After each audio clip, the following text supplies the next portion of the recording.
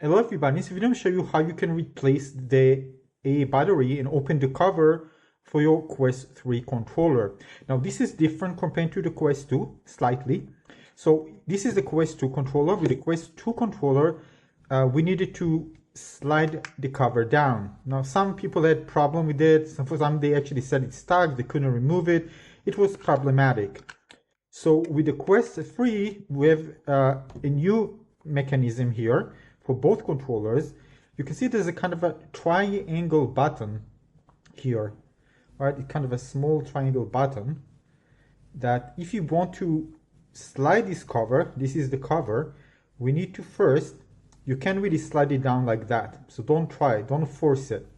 We need to press this little button, hold it, and then slide it down. You can actually see there's a kind of a this thing here, right? So you can slide it without actually pressing the button. So you press the button, hold it, and then slide the cover, and then you're going to see a battery there. All right, again, if you want to put it back, you just slide it back. You don't need to press the button again, just slide it back. If you want to open again, press the button. Sometimes you press the button, it will already get out, by the way, like you see here, but if not, just slightly press it and move the cover. All right, so again, in, pressing the cover, slide, moving it, and it's out. Again, don't put any force.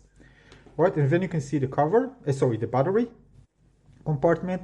Basically, you can just slide it with your finger a bit, all right? And you can see there's a minus and plus sign. Basically, you can see there's a protruding part here. So this is where the minus sign goes. And then if you want to put it back, you can really just put it like that. You need to push it a bit inside and then in. All right, and then you put the cover back. All right, the same goes, by the way, to the right controller. Again, if you can see, the other one was left. This is the right controller. Pressing button, slide it down to already open very easily.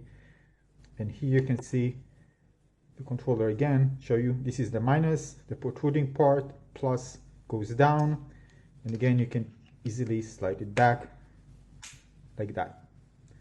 And that's it. That's how you do it with the Quest 3 controller.